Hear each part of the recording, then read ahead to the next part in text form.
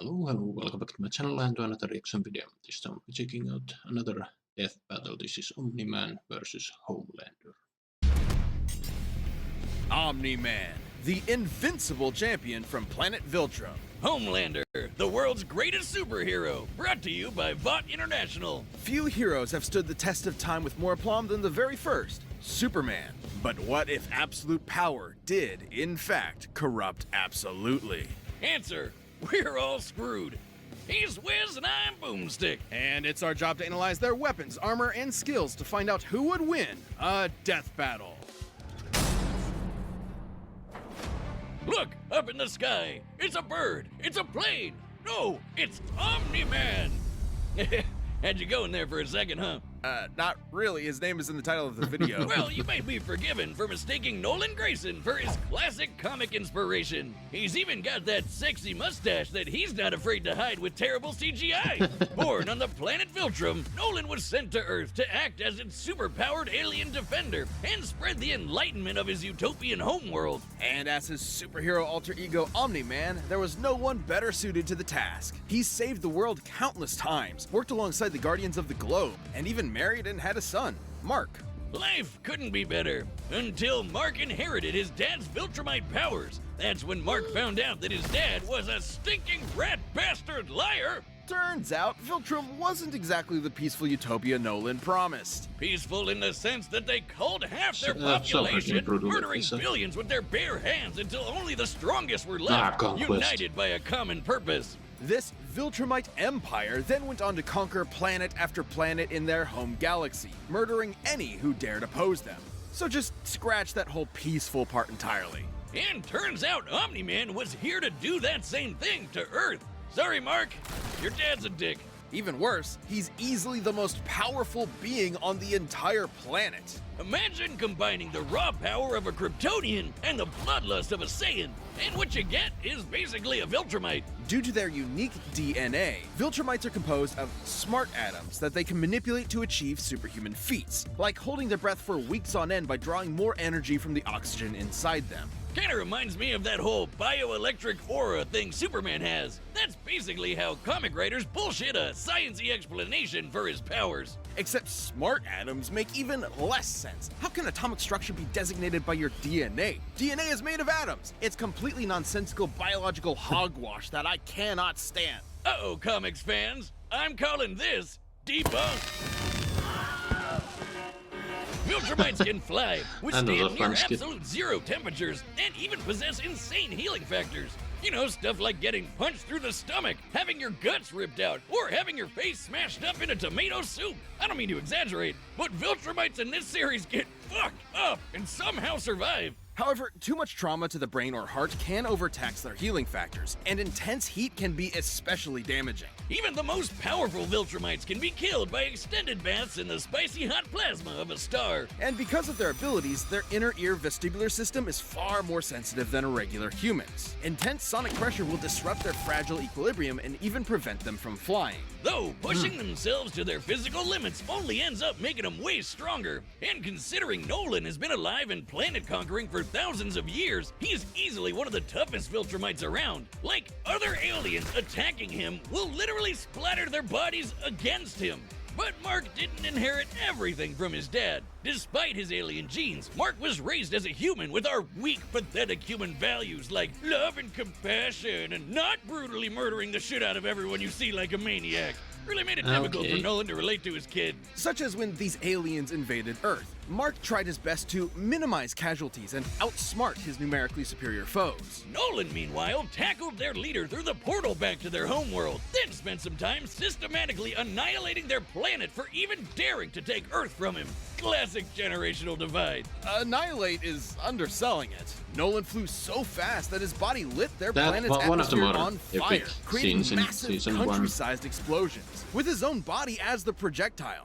Omni-Man has flown across galaxies in only a week, survived punching a hole through a planet, and even deflected a meteor the size of Texas.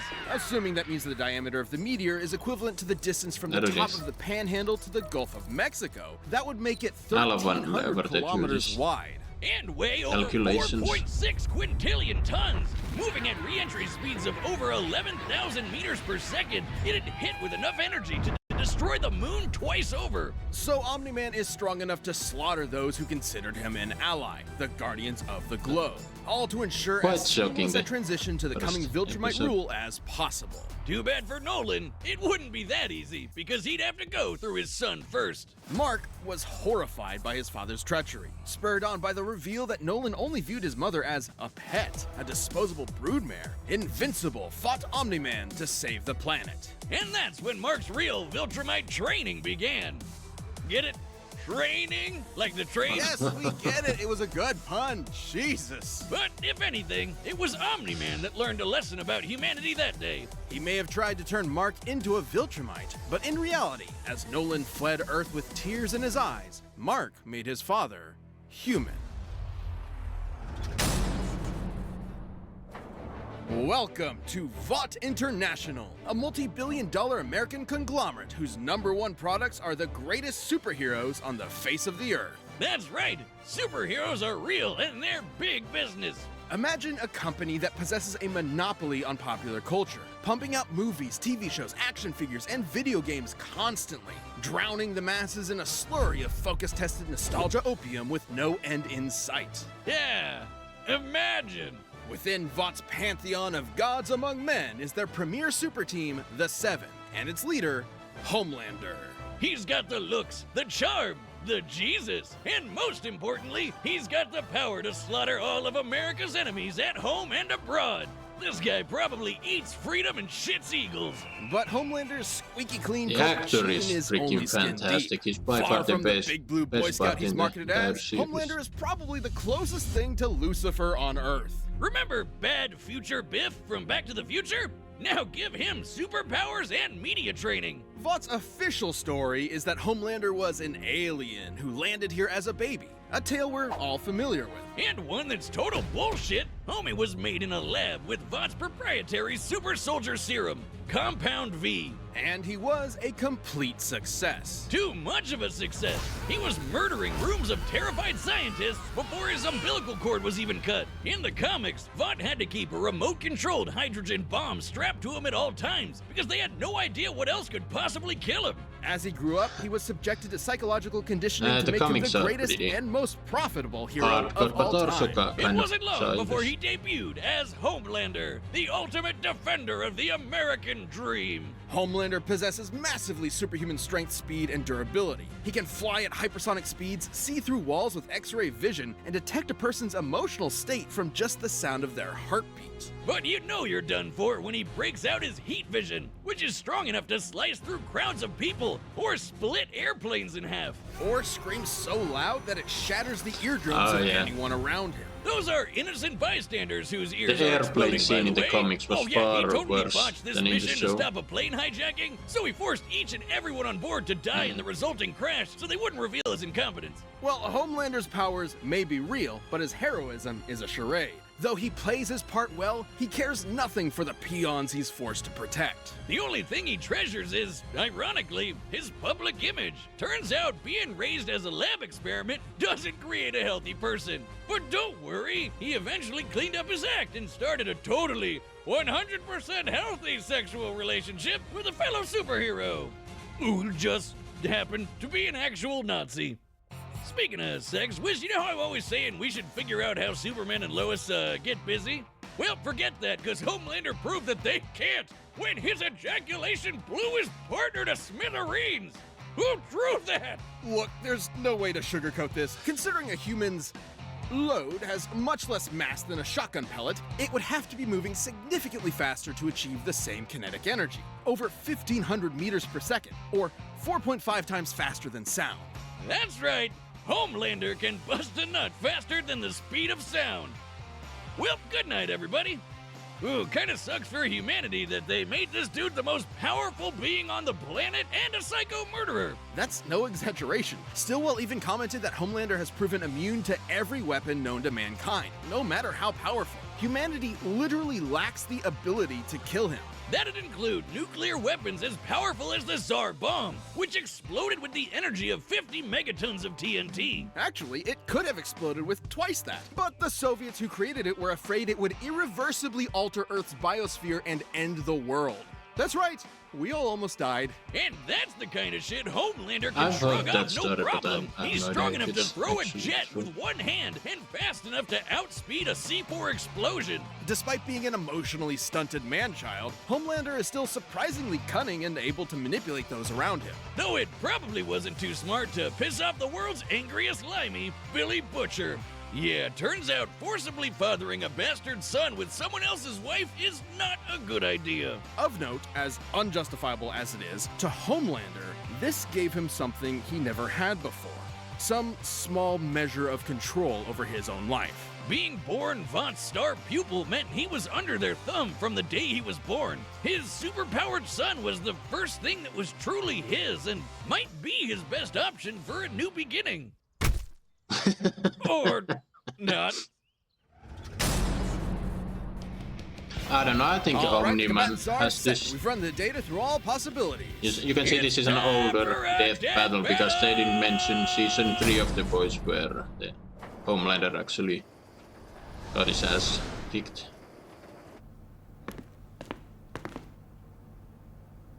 Howdy, neighbor. Coco? It's warm. You know, Nolan, Homelander is more than just a superhero. It might be cynical to say this, but he's a brand. And it's very important to me that that brand means something. And if I'm playing second fiddle to some goddamn alien, what's really the point, right? What do you think, Debbie? Oh shit. Oh, she's shy. So, do we have an understanding? Get the fuck out of my country. I'm going to feed you your own heart. Shit. That was a great line.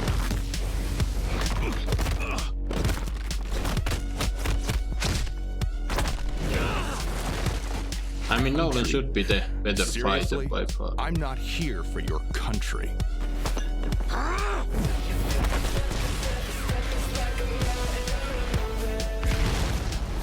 Now, how much collateral damage are we gonna get? How many people are gonna die?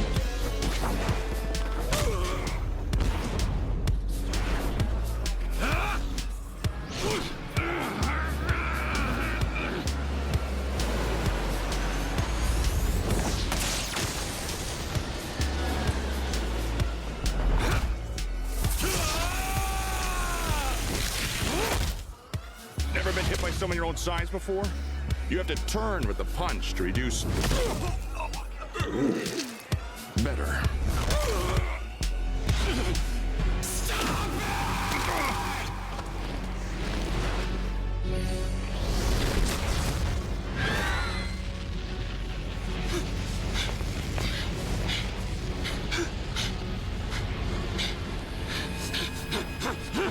What's the matter? Are you going to cry?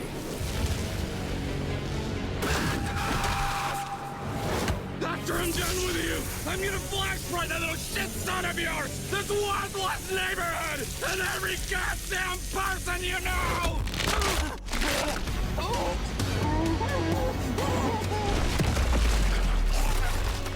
Oh shit. Remember what I promised you. Yeah. And it was good foreshadowing. Swallow.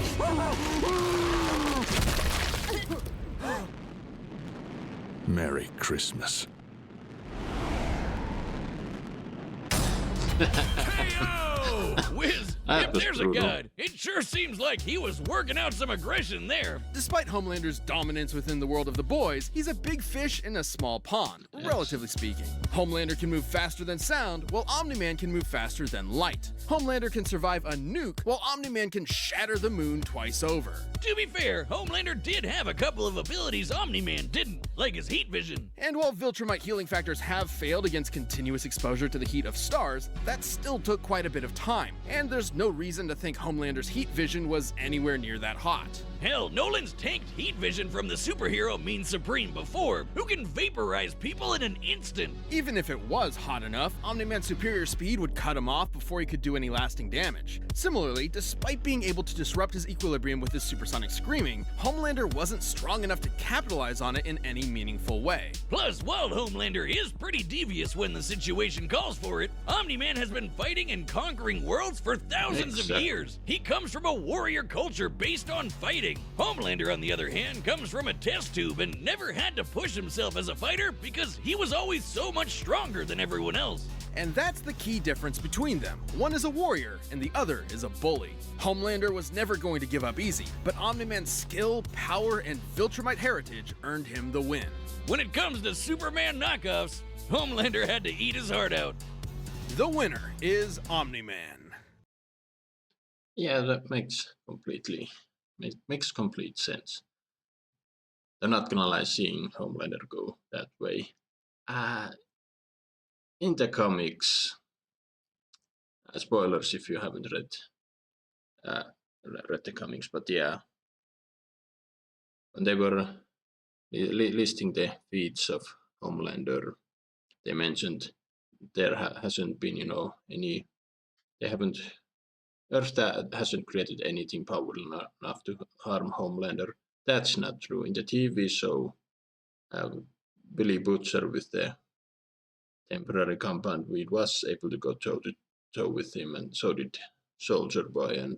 But in the comics, they actually did create a clone of Homelander who was far stronger, and that absolutely destroyed Homelander in their final fight. When Nolan tore off his jaw, kind of reminded me. That's when I remembered when his clone punched his jaw off, and then Homelander died off screen. Later we do see him, what's left of him. The comics are way more brutal than the boys' TV show, but the TV show is more mature and, in my opinion, far better. They've improved a lot. But yeah, Invincible is still the superior show, and Omni-Man, it did make complete sense. And not gonna lie, I did not like the fact that they killed Debbie. It's one of the few innocents that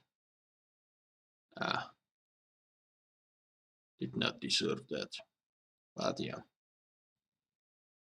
And I'm a little confused. Here we see in the fight, Homelander slams Omni-Man to the ground, and it seems like a nuke just went off, but the next thing you can see everyone's fine, so I guess it wasn't as powerful. I would have loved it if they had gone full apeshit with the abilities. I was expecting Homelander to do the same move when he destroyed the alien invader planet. They are both villains are, in my opinion, they're the kind of villains that you love to hate. Especially, okay, Homelander in the comics is not, but I forgot the actor's name, but in the boys' TV show, he's a fantastic actor, and yeah, J.K. Simmons voicing Omni-Man is really epic as well, so both are great villains. Anyway, what do you guys think? Write your thoughts down below. And subscribe if you want, and I will see you in another video.